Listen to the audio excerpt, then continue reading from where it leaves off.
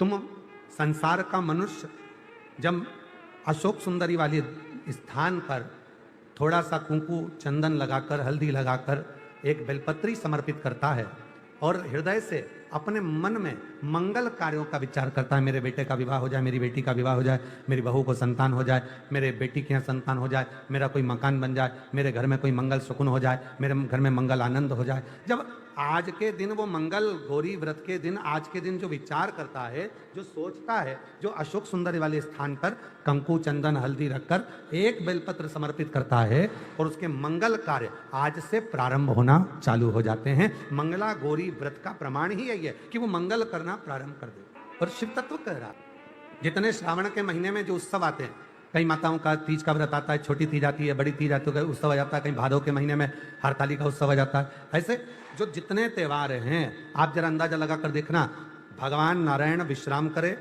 अपना पूरा कार्यभार भगवान शिव जी को दे दिए। चतुर्मास में 4 दिन भगवान शंकर पूरे काम को संभालते हैं और जितने त्योहार पूरे साल में नहीं आते उससे ज्यादा त्योहार ये 4 महीने के अंदर आ जाते हैं, 4 महीने के भीतर आ जाते हैं। इन 4 महीने में इतने त्योहार क्यों आते हैं? क्योंकि देव अधिदेव महादेव का ये पावन चरित्र कथा है कि मेरे उपासक, मेरी साधना करने वाले, मेरा उपास करने वाले, मेरा व्रत करने वाले, मेरा नियम धारण करने वाले, जब श्रावण से 1 लोटे जल का 2 लोटे जल का कोई नियम बना लेता है और मेरी साधना करना प्रारंभ कर देता है तो उस पर 33 कोटि देवता अपनी कृपा बरसाना प्रारंभ कर देते हैं, अपनी दया करना प्रारंभ कर देते हैं। सीहोर की कावड़ का एक नियम है, आप लोगों ने सुना है कि नहीं सुना, वो हमको नहीं।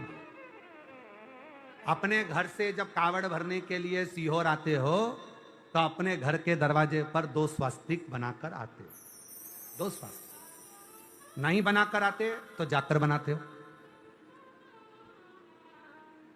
सीहोर कावड़ भरने आने वाले 2 स्वस्तिक अपने दरवाजे पर बनाकर आते हैं और अगर बनाकर नहीं आते हैं तो यहां से जल चढ़ाने के बाद जाते हैं तो 2 स्वस्तिक बनाते हैं। और जो 2 स्वस्तिक दरवाजे पर बनाए जाते हैं, एक इधर जो बनाया जाता है, जो सीहोर में कावड़ चढ़ती है उस कावड़ का अगर थोड़ा सा भी जल तुम्हारी कावड़ के लोटे में अगर अंश मात्र भी जरा सा भी अगर है तो उसको दोनों जगह पर छीट दिया जाता है। क्यों? क्योंकि बाबा का ये प्रसाद हमारे द्वार पर रहे और हमारे घर का भंडार जिंदगी भर भरा रहे, कभी खाली ना हो। हमारे घर में शुभ शुभ कार्य होते रहे, नित्य नूतन नूतन उत्सव होते रहे, नित्य आनंद होता रहे। एक मात्र अंश मात्र भी जल हमारे अगर पात्र में रह गया तो वो हमारे शिव की कृपा से।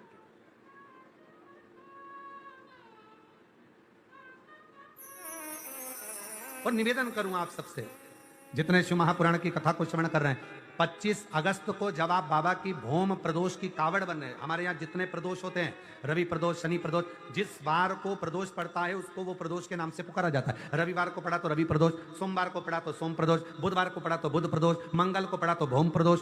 सारे प्रदोषों में कामना सिद्धि की प्रदोष अगर मानी गई है तो भौम प्रदोष को माना जाता है, मंगलवार को माना जाता है। मंगलवार के दिन, मंगल के दिन जब प्रदोष पड़ती है तो भौम प्रदोष कहलाती है। और उस दिन जब हम बाबा को कावड़, और अब की बार तो बाबा की बड़ी कृपा हुई है, जो 25 अगस्त को जो कावड़ सीहोर की भराएगी उस दिन भौम प्रदोष रहे बाबा की। जब कावड़ भरते हैं तो बाबा से निवेदन कर इसलिए हमने संपूर्ण बेटा बेटियों से कहा, आप आना अपना भाव लेकर, भगवान को जल चढ़ाना अपना भाव रखकर, और बाबा से प्रार्थना कर कर जाना कि बाबा मेरी बहुत अच्छी जॉब लगना चाहिए, बहुत अच्छी मेरी एजुकेशन होना चाहिए, मैं जो लक्ष्य लेकर आगे बढ़ी हूं वो मेरा लक्ष्य पूर्ण होना चाहिए। और अपनी मेहनत को 4 गुना करो, परिश्रम 4 गुना करो और शिव जी पर लोटा भर जल चढ़ाते हो, फल मिलेगा। आज व्यक्ति क्या करता है कि वो विचार करता है कि मैं मंदिर चले गया और मैं पढ़ाई ना करूं, मैं किसी को अपना हाथ दिखाया और उसने कह दिया तेरे भाग्य में नौकरी नहीं है सरकारी और तुम घर में बैठ गए ना।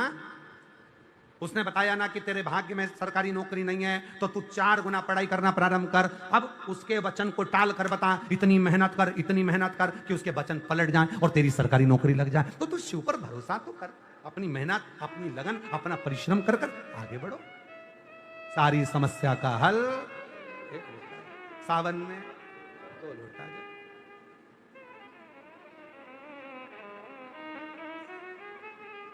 अब हमें एक प्रसंग याद आ रहा है, यही कुबरेश्वर धाम का। एक लड़की की उम्र हो गई ग्वालियर के पास की बच्ची थी, अपनी मम्मी के साथ आई थी। उसकी उम्र होगी 32 साल, संबंध नहीं हो रहा। दरवाजे पे बहुत देर तक उसने सबसे अभिनय करा, तो हम जा रहे थे तो बाहर मिलना हो गया। ऐसे तो हम किसी से मिलते नहीं, पर कहीं जा रहे हैं उस समय पर मिलना हो गया। और वो हाथ जोड़कर बोली, गुरुदेव मेरा विवाह नहीं हो रहा। मैंने कहा दिक्कत क्या ब्याह में? कहा सब ने मना कर दिया कि इसको मंगल है और मंगल बड़ा प्रबल है और इसका विवाह नहीं होगा। हमने कहा शिवजी की धर्म पत्नी का नाम भी मंगला है।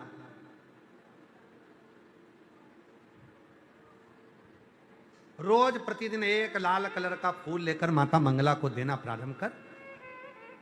मम्मी पापा को बोल लड़के खोजना प्रारंभ करें। मां मंगला तेरे सारे मंगल दोष का निवारण करेगी और एक दिन ऐसा आएगा कि तू अपने पति के साथ कुबरेश्वर धाम आए। ये पति और वही ऐसी कृपा हुई। समय तो लगा, 1.5 वर्ष के बाद वो अपने पति के साथ बाबा को धोख लगाने आई कि लोग कह रहे थे मेरा विवाह नहीं होगा, पर हमने विचार कर लिया कि हमारा विवाह नहीं होगा। हमने विचार कर लिया। आप सोचोगे मेरे घुटने में कोई रोग हो गया, घुटने में कोई रोग हो गया तो घुटने में रोग होएगा जरूर। आपने सोच लिया मेरे शरीर में गठान हुई है, वो गठान कहीं बेकार तो नहीं है, वो गठान कहीं कैंसर की तो नहीं है, वो गठान इतनी बेकार तो नहीं है। जब बार बार मन में लेकर आओगे कि वो गठान ऐसी, वो गठान ऐसी, वो गठान ऐसी, तो वो रोग आ जाएगा। आप जिसका स्मरण कर रहे हो, आपने विचार कर लिया गठान तो होती रहती, गल जाएगी, शिव जी कृपा करेंगे, 1 लोटा जल चढ़ाऊंगी, आचमन करूंगी, गठान पर लगाऊंगी, मिट जाएगी। तो वो गठान मिट जाएगी। और तुमने उसका मनन चिंतन करा कि वो रोग नहीं हो जाए, वो बीमारी नहीं हो जाए, वो बीमारी नहीं हो जाए, वो बीमारी नहीं हो जाए। तुम वो वैसा ही सोच, अच्छा विचार करो, अच्छी सोच रखो, अच्छे विचार में डूबो, अच्छा होगा। और जब हम गलत विचार करते हैं, गलत सोच रखते हैं, तो वो गलत होना प्रारंभ होगा। और शंभो शरणे पड़ी मांगो घड़ी रे घड़ी, दुख काटो दया करी निदर्शन आपो। पार्थिव शिवलिंग के पूजन से क्या मिल सकता है? शिव महापुराण की कथा कहती है, जीवन का ऐसा कोई सुख नहीं है, जीवन का ऐसा कोई आनंद नहीं है जो पार्थिव शिवलिंग से नहीं प्राप्त किया जा सकता। दुनिया का सारा सुख पार्थिव पूजन से प्राप्त कर सकते। पार्वती जी ने पार्थिव पूजन कर कर शिव जी को अपना पति बना लिया और भगवान भोलेनाथ जी के साथ में माता पार्वती जी का मंगल विवाह हुआ। भगवान शंकर ने माता पार्वती से कहा था, पार्वती जब मनुष्य रोग से ग्रसित होगा, यह मानव का शरीर जब रोगों से घिर जाएगा, तब तेरे फेंके हुए कुंदुक नाम का अगर वो स्मरण करेगा और कुंदकेश्वर का नाम लेकर 1 लोटा जल लाल चंदन मिलाकर मेरे शिवलिंग पर समर्पित करेगा, तो वो रोग से मुक्त हो जाएगा। चढ़ाओ 1 लोटा जल। कभी कभी अगर ऐसा लगे जीवन में कि दुख बहुत ज्यादा आ गया है, बहुत तकलीफ आ गई है, तो लाल चंदन को घिसकर उस लाल चंदन का लेपन भगवान शंकर पर कर कर फिर पानी चढ़ाओ। अगर कोई संकट भारी है और निकट रहा, जैसे किसी नारी का गर्भ नहीं ठहर रहा, 15 साल हो गए, 20 साल हो गए, 25 साल, जैसे इसने लिखा एक माता ने कि 18 साल की बेटी हो गई थी पर संतान में पुत्र नहीं, तो उसने भाव से कथा सुनी। ऐसे आपके भीतर अगर 20 साल हो गए, 25 साल हो गए, 30 साल हो गए, संतान का सुख ही नहीं है, लाल चंदन का लेपन बाबा भोलेनाथ पर करना प्रारंभ करो। पीठिका पर लाल चंदन का लेपन करना प्रारंभ करो। लाल चंदन से बाबा का श्रृंगार करना प्रारंभ करो। एक बेलपत्री पर लाल चंदन, दोनों पत्ती नीचे वाली, जो नीचे की जो 2 पत्ती होती है, इस पे लाल चंदन और बीच वाली पत्ती पर पीला चंदन लगाकर बाबा के शिवलिंग को समर्पित करिए, बाबा से प्रार्थना करिए, रोज प्रार्थना करो। परंतु एक बात का स्मरण रहे, 25 साल हो गए, 20 साल हो गए, 30 साल हो गए, संतान नहीं, तो पहले जल से अभिषेक कराना, अभिषेक कराकर उस जल का आचमन करने के बाद हाथ को खासा करना, धोना, उसके बाद में फिर वापिस बाबा का स्नान कराओ, फिर चंदन का लेपन कराओ, फिर 1 लोटा जल चढ़ाकर बाबा का स्नान कराओ। बाबा का बड़ा सुंदर भाव से लाल चंदन से जो अभिषेक करता है, बाबा को लेपन कर कर फिर जल चढ़ समर्पित करता है, निश्चित है उसकी गोदी मेरा देव अधिदेव महादेव जरूर भरता है। ये निश्चितता है।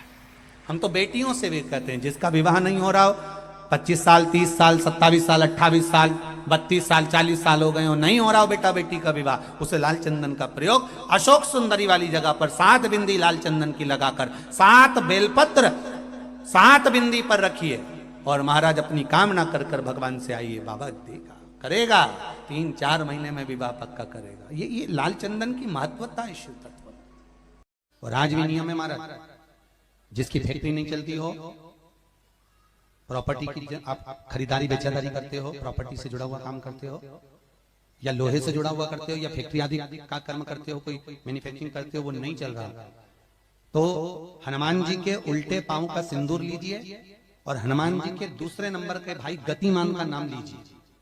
किसका नाम लेना है? गतिमान। गतिमान का नाम लेकर फैक्ट्री के बाहर या फैक्ट्री पर एक स्वस्तिक का निर्माण कर दीजिए, हनुमान जी के उल्टे पांव के सिंदूर और गतिमान का नाम लेकर। कभी आपकी फैक्ट्री कोई काम नहीं निकालेगी, उन्नति की ओर ही लेकर जाएगी, कभी घाटे की ओर नहीं जाएगी। गतिमान का नाम, रतिमान, केतुमान, मतिमान, ये जितने भी नाम है हनुमान जी के भाइयों के, ये सब कल्याण करते हैं। एक एक नाम कल्याण करते हमारे, एक एक। महाराज वो जिन बच्चों को निमोनिया हो जाता है ना, वो सर्दी का कोटा रहता है, बहुत सर्दी बच्चों को बनी रहती है, तो हर दिन 5-10 दिन में बाकी दौड़ के डॉक्टर के पास लेके जाओ, फिर डॉक्टर के पास ले, वैसे तो डॉक्टर के पास बच्चे आजकल के जमाने के जाते ही जाते हैं, हर 15 दिन 20 दिन में, तो इसके पीछे वो चले जाएं। एक हास्य व्यंग में हमसे पूछा किसी ने, महाराज जी आज के बच्चे बार बार हॉस्पिटल डॉक्टर क्यों जाते हैं? तो हमने कहा देखो भैया, बच्चा जहाँ जन्म लेता है उनसे उनसे प्रेम ज्यादा होता है। पहले नानी के घर में पैदा होता था इसलिए नानी के घर ज्यादा जाता था, दादी के घर में ज्यादा पैदा होता था इसलिए दादी के घर ज्यादा जाता था। आज के बच्चे हॉस्पिटल में ज्यादा पैदा होते हैं इसलिए हॉस्पिटल ज्यादा घूमने जाते हैं। ये हास्य। पर यदि बच्चे को सर्दी ज्यादा होती है, निमोनिया ज्यादा होता हो, ठंडा का कोटा ज्यादा रहता हो, तो पीपल के 5 पत्ते महाराज उस पर घृत लगाकर हनुमान जी के तीसरे नंबर के भाई व्रतिमान का नाम लेकर, व्रतिमान का नाम लेकर बच्चे की छाती पर एक वस्त्र से उसको बांध दीजिए, रात्रि भर बंधे रहने दीजिए महाराज। और बांधना कौन से दिन है? 12 तिथि को, बस एक बार बांधना है, उसके बाद सर्दी का कोटा नहीं रहता, बच्चा स्वस्थ अपने आने में। बत्ती 2 जो पत्तियां आए, इन पत्तियों के ऊपर एक एक शमी पत्र और लाल चंदन ये रखकर, कितना भी रोगीला व्यक्ति हो, रोग से ग्रसित व्यक्ति हो, जिंदगी में कितना ही दुख पड़ रहा हो, बेलपत्र की ये दोनों पत्ती जिसके ऊपर शमी पत्र रखकर, लाल चंदन रखकर श्री हनुमान जी महाराज और हनुमान जी महाराज के तीसरे नंबर के भाई श्री गतिमान जी, नीचे के क्रम में आते हैं श्री गतिमान जी। उन गतिमान जी और हनुमान जी का नाम लेकर जो शिवलिंग के ऊपर समर्पित कर देता है, रोग का निवारण होता ही। ध्यान दीजिएगा, पंचमुखी हनुमान का एक स्मरण, पंचमुखी हनुमान का एक भाव।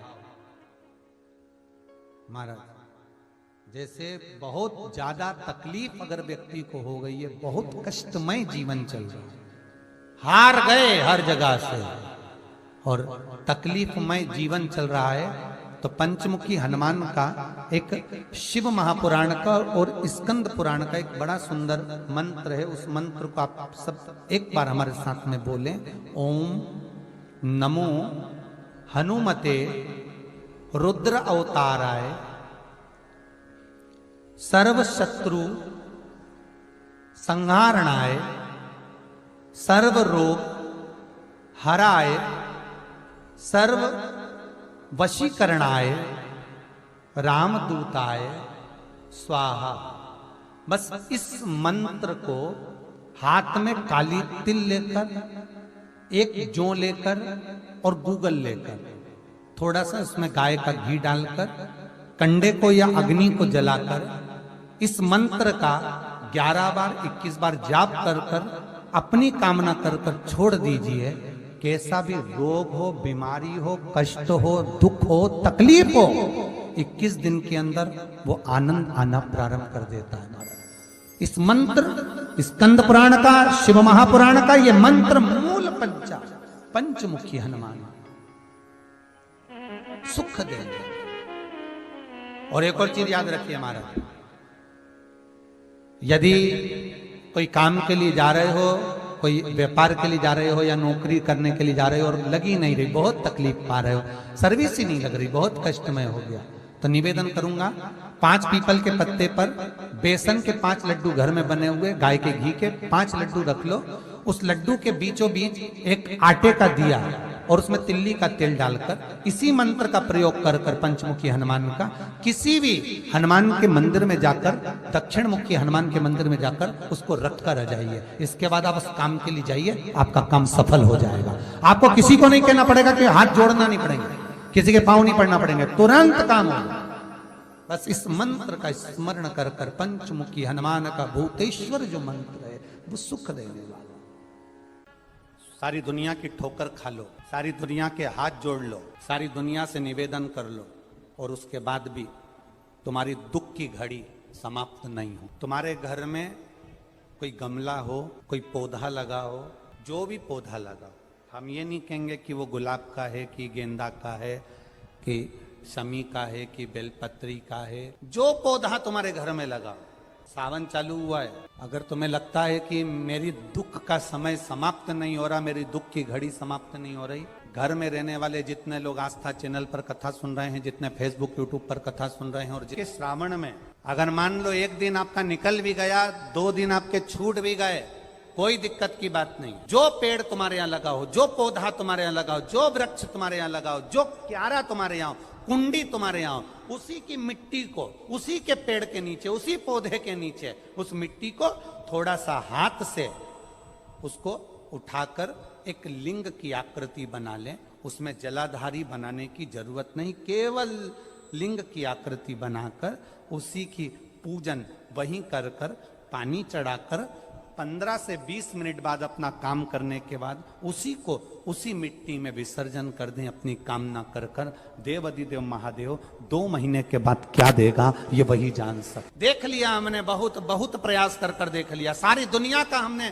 प्रयोग कर कर देख लिया। इनसे भी पूछा, उन्होंने कहा वाशरूम इधर बना दो, वास्तु शास्त्री ने कहा ये बना दो, ज्योतिषाचार्य ने कहा ये बना दो, उन्होंने कहा ये बना दो, उन्होंने कहा वो बना दो। हमने दुनिया का काम कर कर देख लिया, हाथों की अंगूठियां बदल कर देख ली, नग आभूषण बदल कर देख लिए, सोने की दिशा बदल कर देख ली, सीढ़ियों की दिशा बदल कर देख ली। अब जब सारी दिशा बदल कर देख ली, सारा काम कर कर देख लिया, उसके बाद भी अगर हमारी ग्रह दशा नहीं सुधरे, हमने सबके दरवाजे जाकर देख लिया, देवी देवता उनके भी धोक धोक के देख लिया, पर जब भी अगर हमारी दशा ना सुधरे तो फिर कहीं मत जाना, महादेव के चरणों में जाकर बस उसकी आराधना में लग जाना। श्रावण महीने की जो महापुराण की कथा यहाँ चल में 3 चीजों का वर्णन बड़ा विशेष आया है। महादेव, जम के बोलो पहले महादेव। दूसरा नंबर पर है भोला, जिसको कहते भोला शंकर। तीसरे नंबर पर है हर हर। इन 3 उच्चारण को व्यक्ति को, वैसे तो आप कभी भी महादेव बोलो, हर हर महादेव बोलो, भोला शंकर बोलो, मना नहीं है, पर इन 3 उच्चारणों को कहीं कहीं बहुत जरूरी में ले लेना चाहिए। पहला, जब आप किसी कार्य के लिए आगे बढ़ रहे हो और वो कार्य हो ही नहीं रहा, बहुत प्रयास कर लिया आपने और वो काम हो ही नहीं रहा, अथक प्रयास कर कर थक गए, तब घर से जब निकलो तो एक विचार कर कर निकला, मुख से कहकर निकलना कि आज मैं इस कार्य के लिए जा रहा हूं और मेरे साथ मेरा महादेव जा रहा है। कौन जा रहा है? महादेव जा रहा है। वापिस आओगे, ज्यादा से ज्यादा ये होगा 15 दिन, 20 दिन, 25 दिन, 30 दिन लगेंगे। जो कार्य कर कर आए हो उसका रिजल्ट आपके पक्ष में जरूर आएगा, क्योंकि महादेव को आप साथ लेकर जाते। अगर हमने किसी की निंदा कर दी है, हमने किसी की निंदा श्रवण कर ली है, हमारे मुख से हमने अपशब्द कह दिया, हमारे मुख से हमने किसी को ताना दे दिया, हमारे मुख से हमने किसी को गाली दे दी, हमारे मुख से हमने किसी को आड़ा टेढ़ा बोल दिया, तो दिन भर में कम से कम 3 बार या तो गंगा जी का स्मरण कर लेना चाहिए, हर हर गंगे, या फिर नर्मदे हर, और अगर ये भी नहीं कर सकते तो हर हर महादेव। 3 बार मात्र स्मरण कर लेने से जीव के मस्तक का जो पाप है वो क्षीण होने लगता है। समाप्त। तीसरे नंबर पर है भोले शंकर।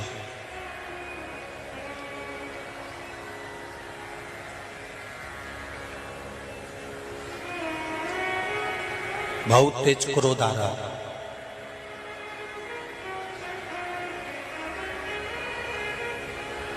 दो निर्णय पर आप बैठे हो।